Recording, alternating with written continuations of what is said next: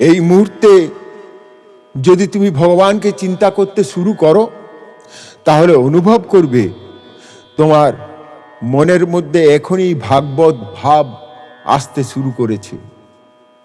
কিন্তু ভগবানের উপস্থিতি স্থায়ী হচ্ছে না, বরং শুরু হচ্ছে মনের নানান বিক্ষেপ। এখন বোঝা যাচ্ছে আমাদের মন কত অপবিত্র। জন্ম জন্মান্তরের নানাবিধ সংস্কারের ছাপ গ্রহণ করে মন হয়েছে অপবিত্র। তাই ঈশ্বর দর্শনের জন্য মন প্রস্তুত নয়। আমাদের প্রত্যেক কাজ, প্রত্যেক চিন্তা মনের উপর এক একটি করে ছাপ রাখি। এগুলিকে সংস্কৃত ভাষায় বলে সংস্কার। সংস্কার রূপ কারণগুলি অন্তরে থাকে, তারাই ব্যক্ত ভাব ধারণ করে ফল রূপে পরিণত হয়। কারণের নাশ হলে কার্যের উদয় হয়। আবার কার্য সূক্ষ্ম ভাব ধারণ করে পরবর্তী কার্যের কারণ স্বরূপ হয়। বৃক্ষ বীজ প্রসব করে, সেই বীজ আবার পরবর্তী বৃক্ষের উৎপত্তির কারণ হয়। এই রূপেই কার্য কারণ প্রবাহ চলতে থাকে। কারণ থাকলে তার ফল বা কার্য অবশ্যই হবে। এই ফল প্রথমে জাতি রূপে প্রকাশ পায়। কেহ বা মানুষ হবে, কেহ দেবতা, কেহ পশু, কেহ বা অসুর হবে। এই কর্মফল আবার আয়ুকেও নিয়মিত করবে। একজন হয়তো 50 বৎসর বাঁচবে, কেহ বা 100 বৎসর, আবার কেহ বা হয়তো 2 বৎসর বয়সেই মারা যাবে। জীবনের এই বিভিন্নতা পূর্বকর্ম দ্বারাই নিয়মিত হয়। জীবের কর্ম নির্দিষ্ট জন্ম সুনিশ্চিত। এই সকল সংস্কার মিলে একটি প্রচন্ড শক্তির সৃষ্টি করে। তাকে বলে চরিত্র। মানুষের চরিত্র মানুষ নিজেই সৃষ্টি করে। চরিত্র মানুষের মৃত্যুর পরে পরবর্তী জীবনের দিক নির্ণয় করে।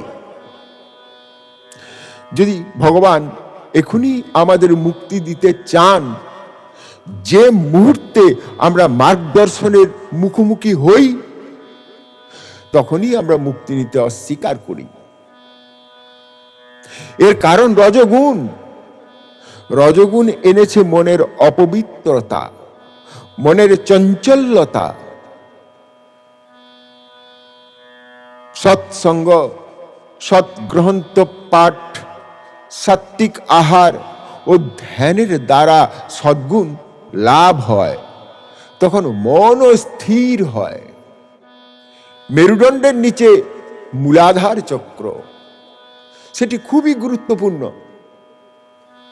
এই স্থানটি প্রযোজন শক্তি বীজের আধার। ত্রিকোণের মধ্যে একটি ছোট্ট সাপ কুণ্ডলী পাকিয়ে ঘুমিয়ে আছে।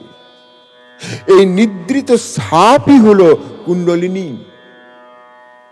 কুণ্ডলিনী সর্প সুষ্পুনা পথ ধরে স্তরে স্তরে চক্রের পর চক্র ভেদ করে সহস্রারে উপনীত হয়। পাশব কাজ থেকে যে যৌন শক্তি ক্ষয় হয়, তাকে মাথাতে পাঠাতে পারলেই সেখানে সঞ্চিত হয়ে ওজো বা আধ্যাত্মিক শক্তিতে পরিণত হয়। এই ওজস হচ্ছে মানুষের মনুষ্যত্ব। একমাত্র মানুষের শরীরেই ওজো শক্তি সঞ্চয় করা সম্ভব। যার মধ্যে সমস্ত পাশব যৌন শক্তি ওজো শক্তিতে পরিণত হয়েছে, তিনি একজন দেবতা। তার কথায় মানুষ নবজীবন লাভ করে। পূর্ব পূর্ব সব জন্মে কর্মের শেষ ফল আমাদের এই বর্তমান জীবন। বৌদ্ধরা বলেন, এক প্রদীপ থেকে আর এক প্রদীপ জ্বলে ওঠে। প্রদীপ আলাদা, কিন্তু আলো সেই একই।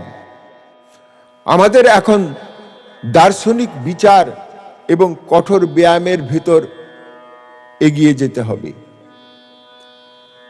সুষুম্না একটি অতি সূক্ষ্ম জ্যোতির্ময় সুতোর আকারে প্রাণময় পথ মেরুদণ্ডের মধ্য দিয়ে চলেছে। মুক্তির এই পথ দিয়ে কুণ্ডলিনীকে উপরে তুলতে হবে। যোগীর ভাষায় সুষুম্না দুটি প্রান্তে দুটি পদ্ম আছে। নিচের পদ্মটি কুণ্ডলিনী ত্রিকোণকে ঘিরে আছে, আর ওপরের পদ্মটি ব্রহ্মরন্ধ্রে সহস্রারকে ঘিরে আছে। এবার দেখা যাক চক্র বা পদ্মের নাম এবং তাদের অবস্থান কোথায় কি আছে।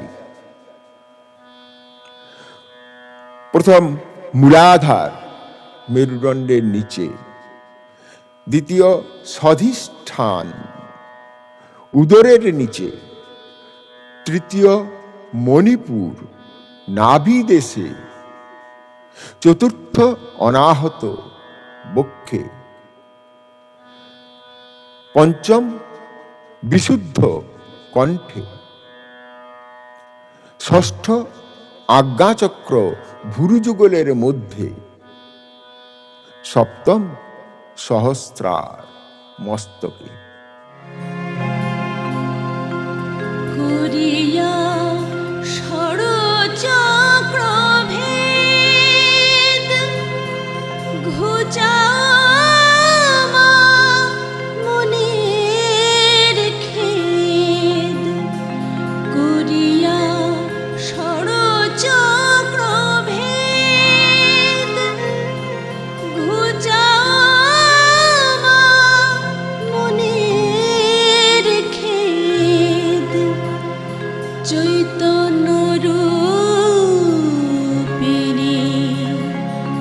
জাগো মা।